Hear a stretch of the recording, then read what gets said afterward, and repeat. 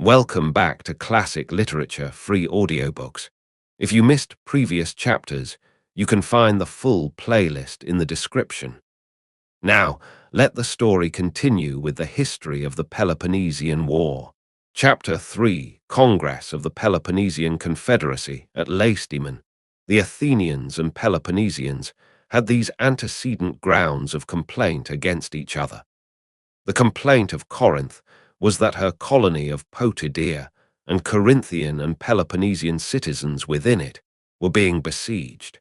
That of Athens against the Peloponnesians that they had incited a town of hers, a member of her alliance and a contributor to her revenue, to revolt, and had come and were openly fighting against her on the side of the Potidæans. For all this, war had not yet broken out. There was still truce for a while, for this was a private enterprise on the part of Corinth. But the siege of Potidæa put an end to her inaction. She had men inside it. Besides, she feared for the place. Immediately summoning the allies to Lacedaemon, she came and loudly accused Athens of breach of the treaty and aggression on the rights of Peloponnese. With her, the Aeginetans, formerly unrepresented from fear of Athens, in secret proved not the least urgent of the advocates for war, asserting that they had not the independence guaranteed to them by the treaty. After extending the summons to any of their allies and others who might have complaints to make of Athenian aggression, the Lacedaemonians held their ordinary assembly and invited them to speak. There were many who came forward and made their several accusations. Among them, the Megarians, in a long list of grievances, called special attention to the fact of their exclusion from the ports of the Athenian Empire and the market of Athens, in defiance of the treaty. Last of all, the Corinthians came forward, and having let those who preceded them inflame the Lacedaemonians, now followed with a speech to this effect. Lacedaemonians, the confidence which you feel in your constitution and social order inclines you to receive any reflections of ours on other powers with a certain skepticism. Hence springs your moderation, but hence also the rather limited knowledge which you betray in dealing with foreign politics. Time after time was our voice raised to warn you of the blows about to be dealt us by Athens, and time after time, instead of taking the trouble to ascertain the worth of our communications, you contented yourselves with suspecting the speakers of being inspired by private interest. And so, instead of calling these allies together before the blow fell, you have delayed to do so till we are smarting under it. Allies among whom we have not the worst title to speak, as having the greatest complaints to make, complaints of Athenian outrage and Lacedaemonian neglect. Now, if these assaults on the rights of Hellas had been made in the dark, you might be unacquainted with the facts, and it would be our duty to enlighten you. As it is, long speeches are not needed where you see servitude accomplished for some of us, meditated for others, in particular for our allies, and prolonged preparations in the aggressor against the hour of war. Or what, pray, is the meaning of their reception of Corcyra by fraud, and their holding it against us by force? What of the siege of Potidæa, places one of which lies most conveniently for any action against the Thracian towns, while the other would have contributed a very large navy to the Peloponnesians? For all this you are responsible. You it was who first allowed them to fortify their city after the Median War, and afterwards to erect the long walls. You who, then and now, are always depriving of freedom not only those whom they have enslaved, but also those who have as yet been your allies. For the true author of the subjugation of a people is not so much the immediate agent, as the power which permits it having the means to prevent it, particularly if that power aspires to the glory of being the liberator of Hellas. We are at last assembled. It has not been easy to assemble, nor even now are our objects defined. We ought not to be still inquiring into the fact of our wrongs, but into the means of our defense. For the aggressors with matured plans to oppose to our indecision have cast threats aside, and betaken themselves to action. And we know what are the paths by which Athenian aggression travels, and how insidious is its progress. A degree of confidence she may feel from the idea that your bluntness of perception prevents your noticing her. But it is nothing to the impulse which her advance will receive from the knowledge that you see, but do not care to interfere. You, Lacedaemonians, of all the Hellenes are alone inactive, and defend yourselves not by doing anything, but by looking as if you would do something. You alone wait till the power of an enemy is becoming twice its original size, instead of crushing it in its infancy. And yet the world used to say that you were to be depended upon. But in your case, we fear, it said more than the truth. The Mede, we ourselves know, had time to come from the ends of the earth to Peloponnese, without any force of yours worthy of the name advancing to meet him. But this was a distant enemy. Well, Athens at all events is a near neighbor, and yet Athens you utterly disregard. Against Athens, you prefer to act on the defensive instead of on the offensive, and to make it an affair of chances by deferring the struggle till she has grown far stronger than at first. And yet you know that on the whole the rock on which the barbarian was wrecked was himself, and that if our present enemy Athens has not again and again annihilated us, we owe it more to her blunders than to your protection. Indeed, expectations from you have before now been the ruin of some, whose faith induced them to omit preparation. We hope that none of you will consider these words of remonstrance to be rather words of hostility. Men remonstrate with friends who are in error, accusations they reserve for enemies who have wronged them. Besides, we consider that we have as good a right as anyone to point out a neighbor's faults, particularly when we contemplate the great contrast between the two national characters, a contrast of which, as far as we can see, you have little perception, having never yet considered what sort of antagonists you will encounter in the Athenians, how widely, how absolutely different from yourselves. The Athenians are addicted to innovation, and their designs are characterized by swiftness alike in conception and execution. You have a genius for keeping what you have got, accompanied by a total want of invention, and when forced to act you never go far enough. Again, they are adventurous beyond their power, and daring beyond their judgment, and in danger they are sanguine. Your wont is to attempt less than is justified by your power, to mistrust even what is sanctioned by your judgment, and to fancy that from danger there is no release. Further, there is promptitude on their side against procrastination on yours. They are never at home, you are never from it. For they hope by their absence to extend their acquisitions, you fear by your advance to endanger what you have left behind. They are swift to follow up a success, and slow to recoil from a reverse. Their bodies they spend ungrudgingly in their country's cause, their intellect they jealously husband to be employed in her service. A scheme unexecuted is with them a positive loss, a successful enterprise a comparative failure. The deficiency created by the miscarriage of an undertaking is soon filled up by fresh hopes, for they alone are enabled to call a thing hoped for a thing got, by the speed with which they act upon their resolutions.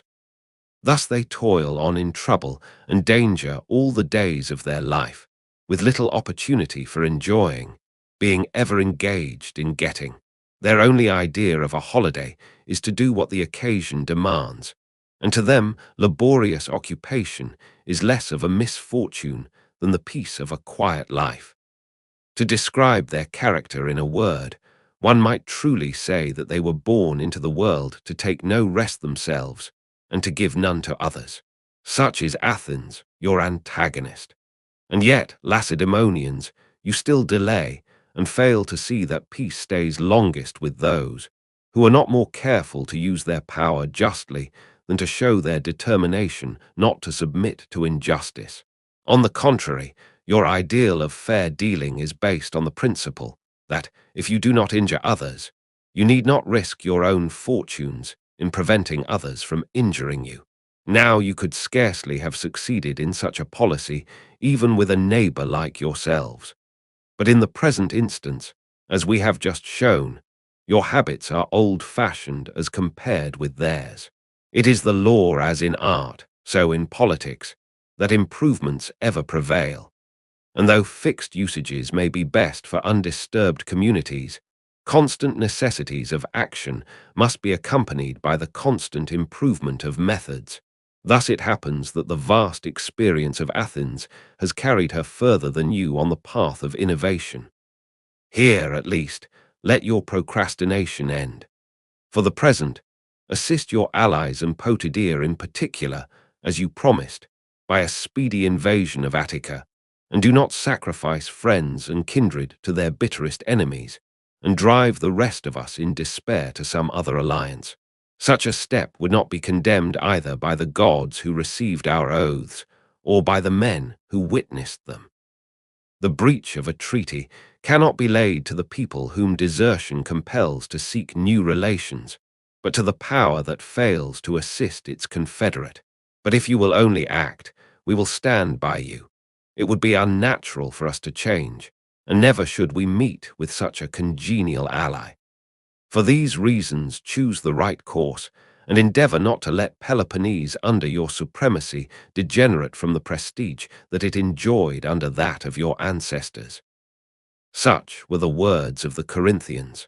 There happened to be Athenian envoys present at Lacedaemon on other business.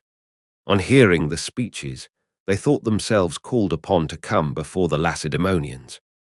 Their intention was not to offer a defense on any of the charges which the cities brought against them, but to show on a comprehensive view that it was not a matter to be hastily decided on, but one that demanded further consideration. There was also a wish to call attention to the great power of Athens, and to refresh the memory of the old and enlighten the ignorance of the young, from a notion that their words might have the effect of inducing them to prefer tranquility to war. So they came to the Lacedaemonians and said that they too, if there was no objection, wished to speak to their assembly. They replied by inviting them to come forward. The Athenians advanced and spoke as follows. The object of our mission here was not to argue with your allies, but to attend to the matters on which our state dispatched us. However, the vehemence of the outcry that we hear against us has prevailed on us to come forward. It is not to combat the accusations of the cities.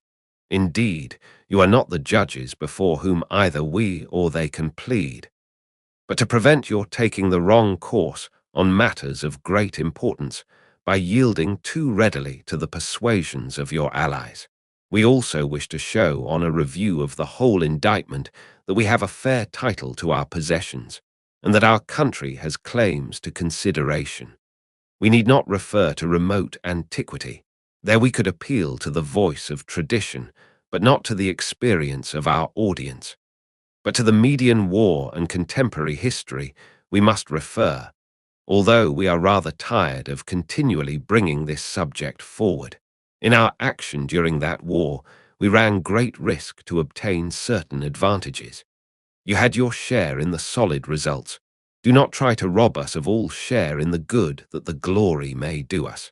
However, the story shall be told not so much to deprecate hostility as to testify against it, and to show, if you are so ill-advised as to enter into a struggle with Athens, what sort of an antagonist she is likely to prove. We assert that at Marathon we were at the front and faced the barbarians single-handed. That when he came the second time, unable to cope with him by land, we went on board our ships with all our people and joined in the action at Salamis. This prevented his taking the Peloponnesian states in detail and ravaging them with his fleet, when the multitude of his vessels would have made any combination for self-defense impossible. The best proof of this was furnished by the invader himself. Defeated at sea, he considered his power to be no longer what it had been, and retired as speedily as possible with the greater part of his army. Such, then, was the result of the matter, and it was clearly proved that it was on the fleet of Hellas that her cause depended. Well, To this result, we contributed three very useful elements, viz. the largest number of ships, the ablest commander, and the most unhesitating patriotism. Our contingent of ships was little less than 2/3 of the whole 400. The commander was Themistocles, through whom chiefly it was that the battle took place in the straits, the acknowledged salvation of our cause. Indeed, this was the reason of your receiving him with honours such as had never been accorded to any foreign visitor. While for daring patriotism we had no competitors, receiving no reinforcements from behind, seeing everything in front of us already subjugated, we had the spirit, after abandoning our city, after sacrificing our property, instead of deserting the remainder of the league or depriving them of our services by dispersing, to throw ourselves into our ships and meet the danger, without a thought of resenting your neglect to assist us. We assert, therefore, that we conferred on you quite as much as we received. For you had a stake to fight for. The cities which you had left were still filled with your homes, and you had the prospect of enjoying them again, and your coming was prompted quite as much by fear for yourselves as for us. At all events, you never appeared till we had nothing left to lose. But we left behind us a city that was a city no longer, and staked our lives for a city that had an existence only in desperate hope, and so bore our full share in your deliverance and in ours. But if we had copied others, and allowed fears for our territory to make us give in our adhesion to the mead before you came, or if we had suffered our ruin to break our spirit and prevent us embarking in our ships, your naval inferiority would have made a sea fight unnecessary, and his objects would have been peaceably attained. Surely, Lacedaemonians, neither by the patriotism that we displayed at that crisis, nor by the wisdom of our counsels, do we merit our extreme unpopularity with the Hellenes, not at least unpopularity for our empire. That empire we acquired by no violent means, but because you were unwilling to prosecute to its conclusion the war against the barbarian, and because the allies attached themselves to us and spontaneously asked us to assume the command, and the nature of the case first compelled us to advance our empire to its present height, fear being our principal motive, though honour and interest afterwards came in. And at last, when almost all hated us, when some had already revolted and had been subdued, when you had ceased to be the friends that you once were, and had become objects of suspicion and dislike, it appeared no longer safe to give up our empire, especially as all who left us would fall to you. And no one can quarrel with a people for making, in matters of tremendous risk, the best provision that it can for its interest. You, at all events, Lacedaemonians, have used your supremacy to settle the states in Peloponnese as is agreeable to you.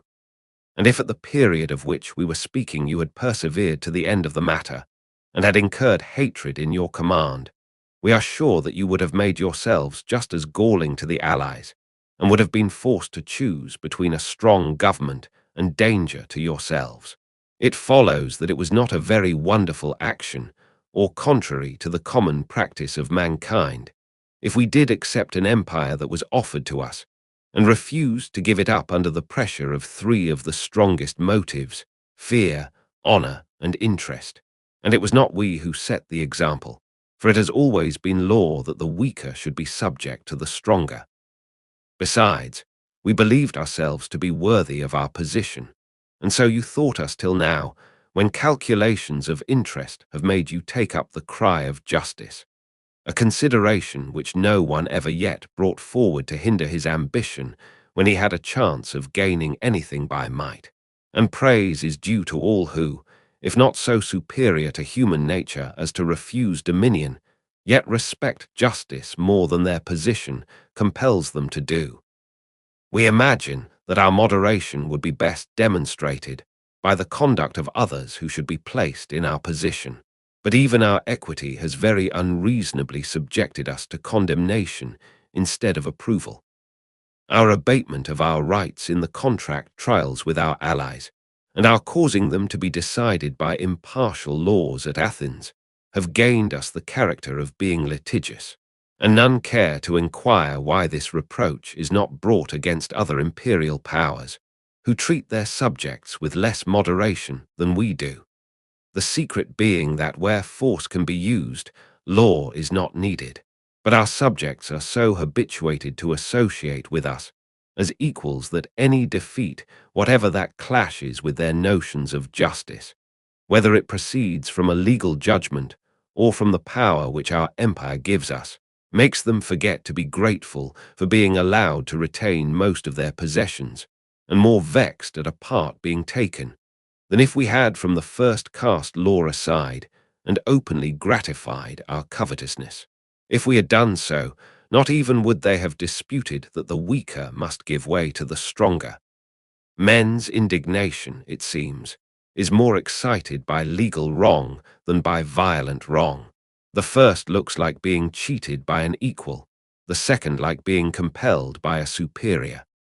At all events they contrive to put up with much worse treatment than this from the Mede, yet they think our rule severe, and this is to be expected, for the present always weighs heavy on the conquered. This at least is certain. If you were to succeed in overthrowing us and in taking our place, you would speedily lose the popularity with which fear of us has invested you, if your policy of today is at all to tally with the sample that you gave of it during the brief period of your command against the Mede. Not only is your life at home regulated by rules and institutions incompatible with those of others, but your citizens abroad act neither on these rules nor on those which are recognized by the rest of Hellas. Take time, then, in forming your resolution, as the matter is of great importance, and do not be persuaded by the opinions and complaints of others to bring trouble on yourselves, but consider the vast influence of accident in war before you are engaged in it. As it continues, it generally becomes an affair of chances, chances from which neither of us is exempt, and whose event we must risk in the dark. It is a common mistake in going to war to begin at the wrong end, to act first, and wait for disaster to discuss the matter. But we are not yet by any means so misguided, nor, so far as we can see, are you. Accordingly, while it is still open to us both to choose aright, we bid you not to dissolve the treaty or to break your oaths, but to have our differences settled by arbitration according to our agreement. Or else we take the gods who heard the oaths to witness, and if you begin hostilities, whatever line of action you choose, we will try not to be behindhand in repelling you. Such were the words of the Athenians. After the Lacedaemonians had heard the complaints of the allies against the Athenians, and the observations of the latter, they made all withdraw, and consulted by themselves on the question before them. The opinions of the majority all led to the same conclusion. The Athenians were open aggressors, and war must be declared at once. But Archidamus, the Lacedaemonian king, came forward, who had the reputation of being at once a wise and a moderate man, and made the following speech. I have not lived so long, Lacedaemonians, without having had the experience of many wars, and I see those among you of the same age as myself, who will not fall into the common misfortune of longing for war from inexperience or from a belief in its advantage and its safety. This, the war on which you are now debating, would be one of the greatest magnitude, on a sober consideration of the matter. In a struggle with Peloponnesians and neighbors, our strength is of the same character, and it is possible to move swiftly on the different points. But a struggle with a people who live in a distant land, who have also an extraordinary familiarity with the sea, and who are in the highest state of preparation in every other department, with wealth private and public, with ships and horses and heavy infantry, and a population such as no one other Hellenic place can equal, and lastly a number of tributary allies. What can justify us in rashly beginning such a struggle? Wherein is our trust that we should rush on it unprepared? Is it in our ships? There we are inferior, while if we are to practice and become a match for them, time must intervene. Is it in our money? There we have a far greater deficiency. We neither have it in our treasury, nor are we ready to contribute it from our private funds. Confidence might possibly be felt in our superiority in heavy infantry and population, which will enable us to invade and devastate their lands. But the Athenians have plenty of other land in their empire and can import what they want by sea. Again, if we are to attempt an insurrection of their allies, these will have to be supported with a fleet, most of them being islanders. What then is to be our war? For unless we can either beat them at sea or deprive them of the revenues which feed their navy, we shall meet with little but disaster. Meanwhile, our honor will be pledged to keeping on, particularly if it be the opinion that we began the quarrel.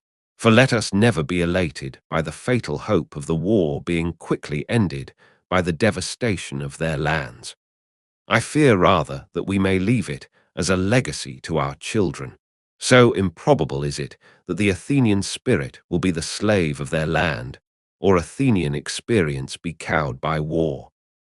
Not that I would bid you be so unfeeling as to suffer them to injure your allies, and to refrain from unmasking their intrigues, but I do bid you not to take up arms at once, but to send and remonstrate with them in a tone not too suggestive of war, nor again too suggestive of submission, and to employ the interval in perfecting our own preparations.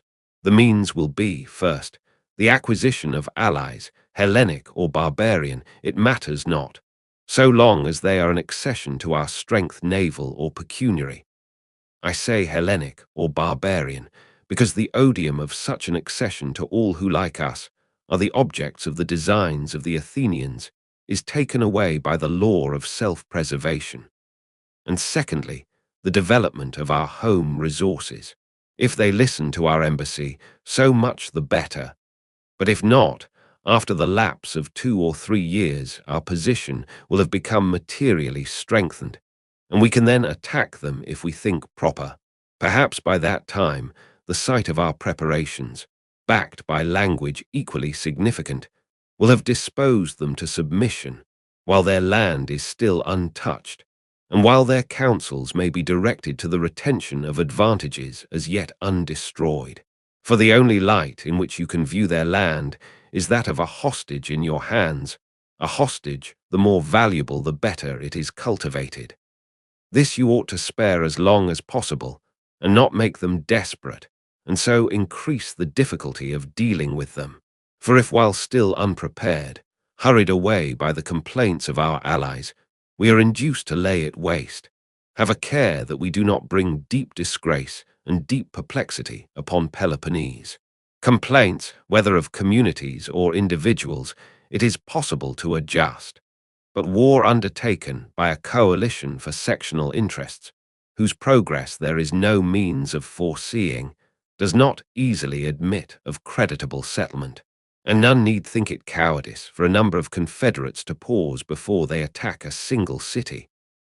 The Athenians have allies as numerous as our own, and allies that pay tribute, and war is a matter not so much of arms as of money, which makes arms of use. And this is more than ever true in a struggle between a continental and a maritime power. First, then, let us provide money, and not allow ourselves to be carried away by the talk of our allies before we have done so, as we shall have the largest share of responsibility for the consequences, be they good or bad. We have also a right to a tranquil inquiry respecting them. And the slowness and procrastination, the parts of our character that are most assailed by their criticism, need not make you blush. If we undertake the war without preparation, we should by hastening its commencement only delay its conclusion. Further, a free and a famous city has through all time been ours. The quality which they condemn is really nothing but a wise moderation. Thanks to its possession, we alone do not become insolent in success and give way less than others in misfortune. We are not carried away by the pleasure of hearing ourselves cheered on to risks which our judgment condemns. nor, if annoyed, are we any the more convinced by attempts to exasperate us by accusation. We are both warlike and wise, and it is our sense of order that makes us so. We are warlike because self-control contains honor as a chief constituent, and honor bravery. And we are wise because we are educated with too little learning to despise the laws, and with too severe a self-control to disobey them, and are brought up not to be too knowing in useless matters, such as the knowledge which can give a specious criticism of an enemy's plans in theory, but fails to assail them with equal success in practice, but are taught to consider that the schemes of our enemies are not dissimilar to our own, and that the freaks of chance are not determinable by calculation. In practice, we always base our preparations against an enemy on the assumption that his plans are good.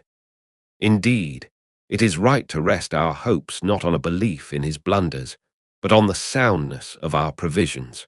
Nor ought we to believe that there is much difference between man and man, but to think that the superiority lies with him who is reared in the severest school.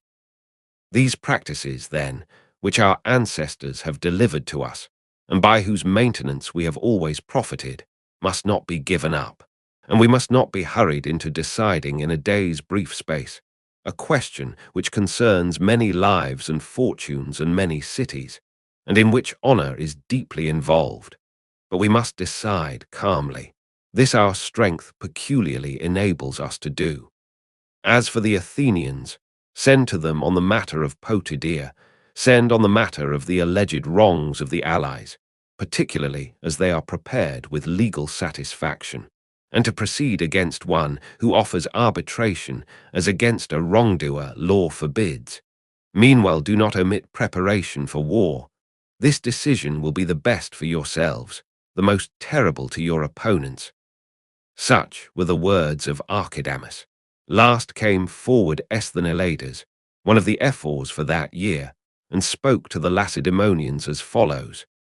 The long speech of the Athenians I do not pretend to understand. They said a good deal in praise of themselves, but nowhere denied that they are injuring our allies and Peloponnese.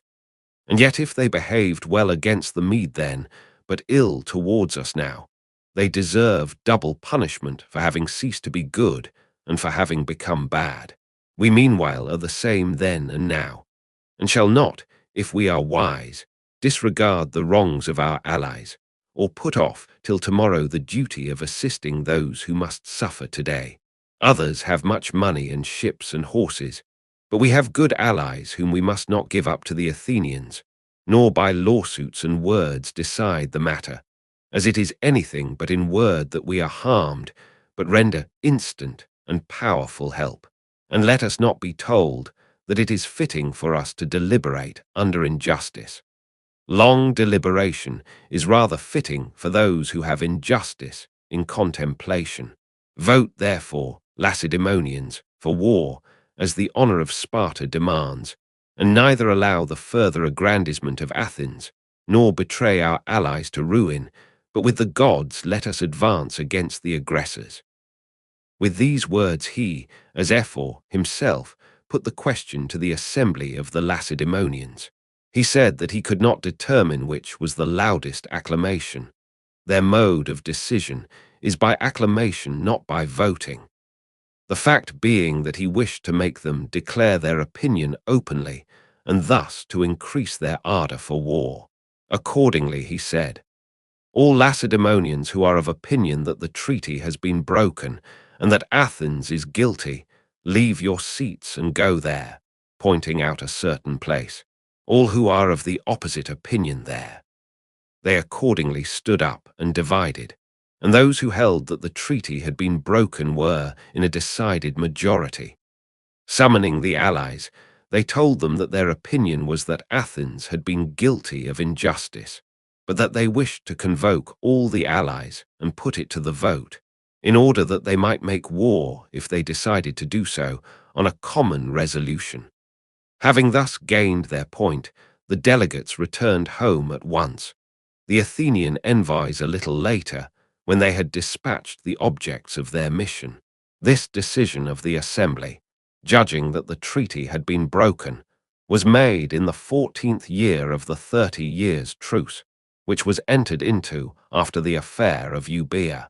The Lacedaemonians voted that the treaty had been broken and that the war must be declared, not so much because they were persuaded by the arguments of the allies, as because they feared the growth of the power of the Athenians, seeing most of Hellas already subject to them. And that wraps up Chapter 3. If you enjoyed it, please like the video and share your thoughts in the comments. Want to keep listening? Head over to the next chapter and let it play in the background while you relax or work. Links are in description. Don't forget to subscribe and tap the bell so you'll be notified when the next chapters are released. Thanks for listening.